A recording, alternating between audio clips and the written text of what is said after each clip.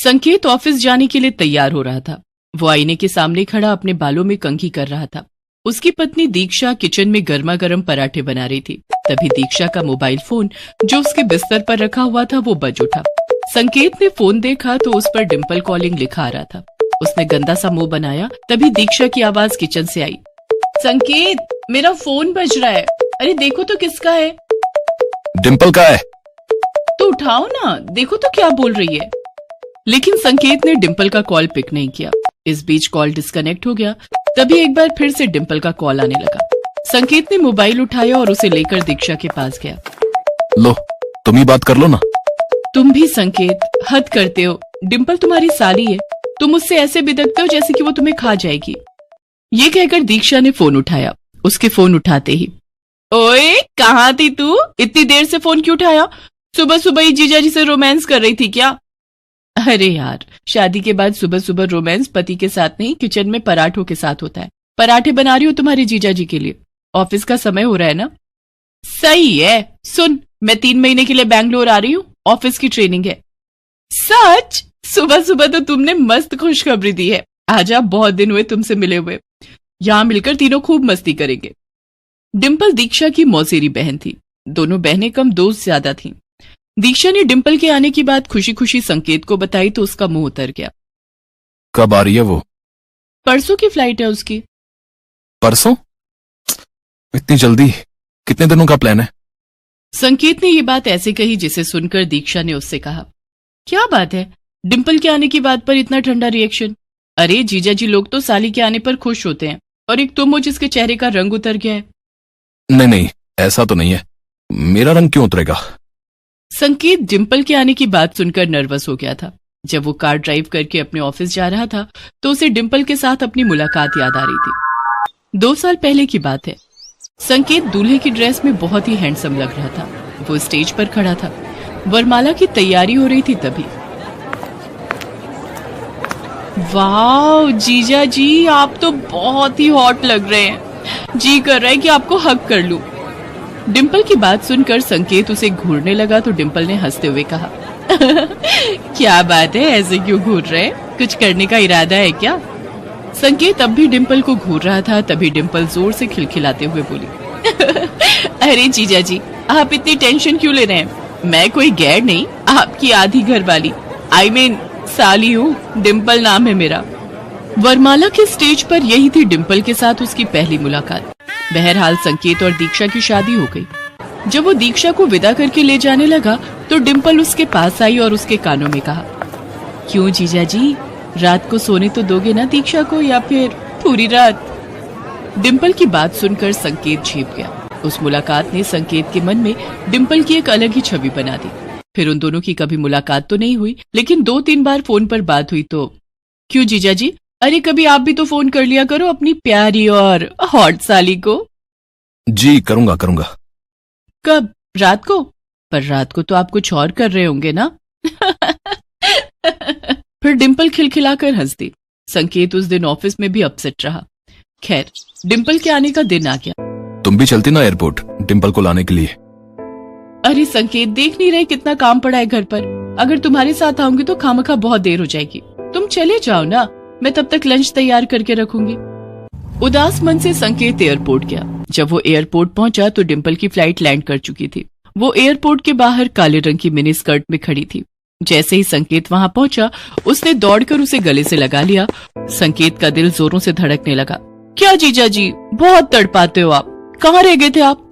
10 minute से आपकी खूबसूरत और हॉट साली आपका वेट कर रही है, और आप है कि अब आ रहे हैं? वो ट्रैफिक में फंस गया था। अरे कभी हमारी निगाहों के घेरे में भी फंसिए ना, निकलने का मन ही नहीं करेगा। ये कहकर डिम्पल फिर से खिलखिलाकर हंस पड़ी और एक बार फिर से संकेत के गले लग गई। संकेत चुपचाप खड़ा डिम्पल को देखता रहा। क्यों जीजा जी, इसी तरह चिपके रहना है या घर भी चलना है? संकेत की आंखें शर्म से झुक गई। कुछ देर बाद डिम्पल और संकेत कार में बैठे घर की ओर जा रहे थे। थोड़ी देर बाद वो घर पहुंचे। घर पहुंचकर डिम्पल ने जैसे ही दीक्षा को देखा तो, ओह माय डार्लिंग, कितनी खिल गई हो तुम। लगता है जीजाजी खूब प्यार करते हैं तुम्हें। तू भी कर ले शादी, तुझे भी तेरा पति खूब प्यार करेगा। क्या दीक्षा, तुम भी प्यार करने के लिए शादी की क्या जरूरत, क्यों जीजा जी?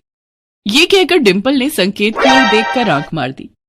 संकेत इधर उधर देखने लगा। डिंपल को आए हुए 2 सप्ताह हो गए थे और इन 2 सप्ताह में उसने कई बार संकेत को छेड़ा और कई बार तो उसके साथ ऐसी हरकत की कि उसका मन हुआ वो दीक्षा को बता दे। 2 दिन पहले की बात है। दीक्षा घर पर नहीं थी, डिंपल बाथरूम में नहा रही थी। तभी उसने जोर जोर से चिल्लाना शुरू किया, जीजा जी, अरे जल्दी आइए, मुझे बचाइए। संकेत उस समय एक बहुत ही जरूरी फाइल पर काम कर रहा था, लेकिन उसने जैसे ही डिंपल के चिल्लाने की आवाज सुनी, ये तो डिंपल की आवाज है, क्या हुआ उसे? वो भागा भागा बाथरूम की ओर गया। डिंपल अब भी चिल्ला रही थी, जीजा जी बचाइए। डिंपल ने बाथरूम का दरवाजा खोला। उसके कपड़े पूरी तरह गीले थे। वो एक बार फिर से संकेत के गले लग गई। क्या हुआ डिंपल, तुम चिल्ला क्यों रही हो? जीजा जी अभी यहाँ पर एक छिपकली थी, वो मुझे घूर रही थी। छिपकली? यहां छिपकली कैसे आ गई? वो मुझे पता नहीं, शायद मुझे नहाते देखने का उसका मन हो। ये कहकर वो एक बार फिर से हंस पड़ी। इस बार संकेत को उसकी इस हरकत पर बहुत गुस्सा आया। डिंपल देखो, ये सब मुझे अच्छा नहीं लगता, प्लीज ये सब मत किया करो। अगर दीक्षा को पता लग गया तो वो मेरे बारे में क्या सोचेगी? दीक्षा को बोलेगा कौन? जीजा जी। डिंपल ने यह कहकर एक बार फिर अपनी एक आंख मारी। संकेत वहां से चला गया, लेकिन डिंपल की इन सब हरकतों के कारण संकेत अब बहुत डरा और टेंशन में रहने लगा। एक दिन जब दीक्षा ने उससे इसका कारण पूछा तो, दीक्षा, डिंपल का बिहेवियर मुझे सही नहीं लगता है। वो कुछ अजीब सा मजाक किया करती है, मैं उनमें कंफर्टेबल फील नहीं करता। अरे संकेत, तुम भी ना, अरे वो साली है तुम्हारी, वो नहीं करेगी तुमसे मजाक तो फिर कौन करेगा? एक बात और, वो हमेशा से ऐसी ही है, उसकी बातों पर इस तरह टेंस हो जाओगे तो फिर हो गया। बात आई गई हो गई। संकेत भी दीक्षा की बातों को सुनकर चुप्पी लगा गया, लेकिन उस रात की घटना ने संकेत की चुप्पी तोड़ दी। असल में कुछ दिनों से दीक्षा की तबीयत ठीक नहीं चल रही थी। उस रात दीक्षा को दवा देकर संकेत गैलरी में टहल रहा था, क्योंकि उसे नींद नहीं आ रही थी। तभी डिंपल वहां आ गई। क्या हुआ जीजा जी, नींद नहीं आ रही क्या? हाँ, थोड़ा सिर में दर्द है। अरे तो मुझे बोला क्यों नहीं? रुकिए, मैं अभी आपको बाम लगा देती हूँ। अरे नहीं, मुझे इसकी जरूरत नहीं है। लेकिन डिंपल कहाँ मानने वाली थी। वो बाम की शीशी ले आई और संकेत को जबरदस्ती बिठाकर उसके सिर में बाम लगाने लगी। बाम लगाते लगाते वो संकेत के करीब भी आ रही थी और वो जानबूझकर अपनी गर्म सांसें संकेत के ऊपर छोड़ रही थी। संकेत को अनकंफर्टेबल लग रहा था, लेकिन वो वही हरकत किए जा रही थी, तो संकेत का गुस्सा फूट पड़ा। Enough is enough Dimple, please ये मत करो। मैं तुम्हें कितनी बार कह चुका हूं, ये सब मुझे पसंद नहीं। देखो, किसी भी रिश्ते की एक सीमा होती है, उसे मत लांघो। माना कि जीजा और साली के बीच मजाक का रिश्ता होता है, लेकिन मजाक का यह मतलब नहीं कि फीलिंग्स का ही मजाक बन जाए। मेरी वाइफ बीमार है, पिछले कई दिनों से मैं ठीक से सो नहीं पाया हूं। हर वक्त सोचता रहता हूं कि दीक्षा जल्दी से ठीक हो जाए, और तुम हो कि। संकेत ने इतनी जोर से ये सब कहा कि दीक्षा बाहर आ गई।